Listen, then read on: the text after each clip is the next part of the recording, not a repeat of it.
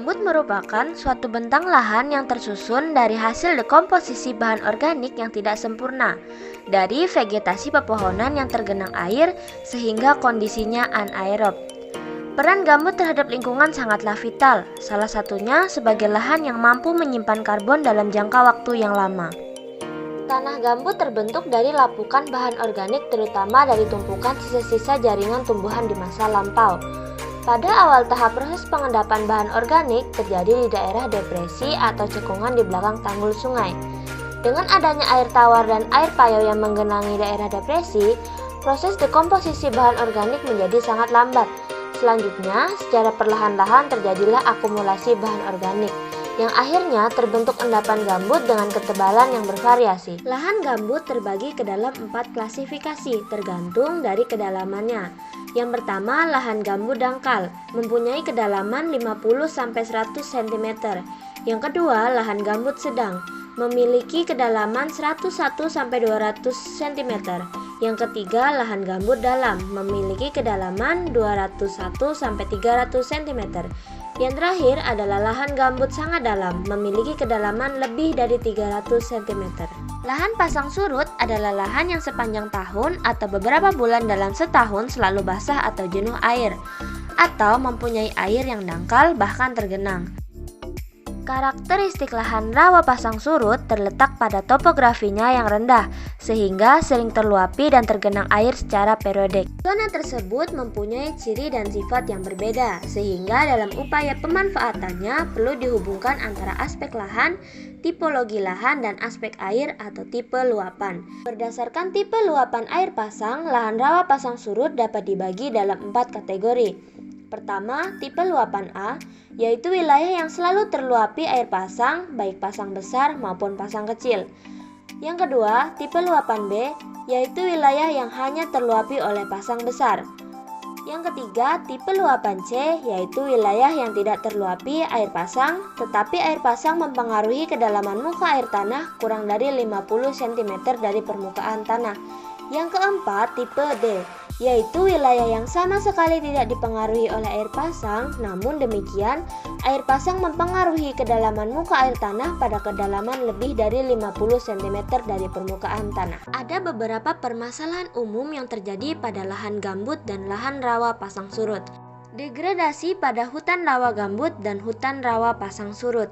Dari data kerusakan hutan di Indonesia, laju degradasi hutan dari tahun ke tahun semakin meningkat. Khusus untuk hutan rawa gambut di Indonesia yang kurang lebih 20 juta hektar, diperkirakan sekitar 50% mengalami degradasi. Irreversible drying atau kering yang tidak dapat balik pada lahan gambut dan lahan rawa pasang surut. Lolosnya air keluar kawasan dalam waktu yang singkat setelah adanya hujan, terutama pada daerah yang tidak terdapat bangunan pengontrol air, akan memicu terjadinya kering yang tidak dapat balik. Lahan yang sangat kering akan merusak ekosistem, vegetasi, dan memicu terjadinya kebakaran lahan pada musim kemarau. Kehilangan kemampuan menyimpan karbon. Degradasi hutan meningkatkan konsentrasi CO2 di atmosfer mencapai 30% dan lebih dari 2 kali lipat konsentrasi gas metana dari lapangan industri. Degradasi hutan dan kebakaran lahan gambut adalah salah satu penyebab gagal dan rusaknya ekosistem untuk menyimpan karbon dan yang berakibat terjadinya pemanasan global dan perubahan iklim. Perusakan vegetasi di atas permukaan lahan gambut dan pasang surut. Hara mineral pada lahan rawa gambut lebih dari 80% terikat pada biomasanya, batang, ranting daun, dan perakaran. Dengan demikian, adanya pendebangan berlebih berarti memindahkan nutrisi keluar dari habitat sehingga memiskinkan lahan gambut tersebut. Strategi yang dapat diambil untuk menyelesaikan permasalahan yang terjadi pada lahan gambut dan rawa pasang surut diantaranya: rehabilitasi lahan gambut dan lahan rawa pasang surut yang terdegradasi. Mempertahankan kelestarian lahan rawa gambut selain menjaga kawasan hutan rawa gambut yang ada, rehabilitasi dan pengembangan lahan gambut perlu segera dilakukan sehingga fungsi hutan rawa gambut tersebut dapat kembali seperti semula.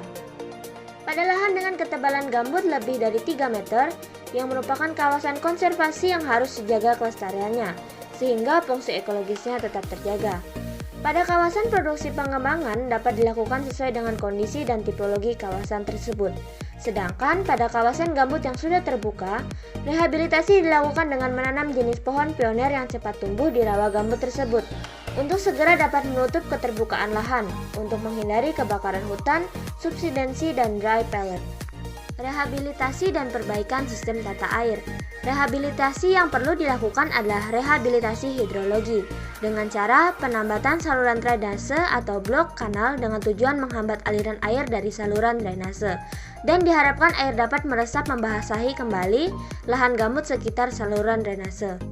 Pengelolaan air merupakan salah satu faktor penentu keberhasilan pengembangan pertanian di lahan pasang surut. Pengaturan tata air ini bukan hanya untuk menambah ketersediaan air permukaan tanah, melainkan juga untuk mengurangi kemasaman tanah, mencegah teroksidasinya lapisan pirit, mencegah bahaya salinitas, bahaya banjir, dan mencuci senyawa beracun yang terakumulasi di zona perakaran tanaman. Pengelolaan dan pemanfaatan lahan gambut dan lahan pasang surut harus dilakukan melalui perencanaan yang matang dan hati-hati karena lahan gambut pasang surut merupakan lahan yang rapuh dan mudah berubah. Perlu dipertimbangkan dalam perencanaan dan program aksi sehingga segala dampak yang dihasilkan baik positif maupun negatif dapat terorganisir.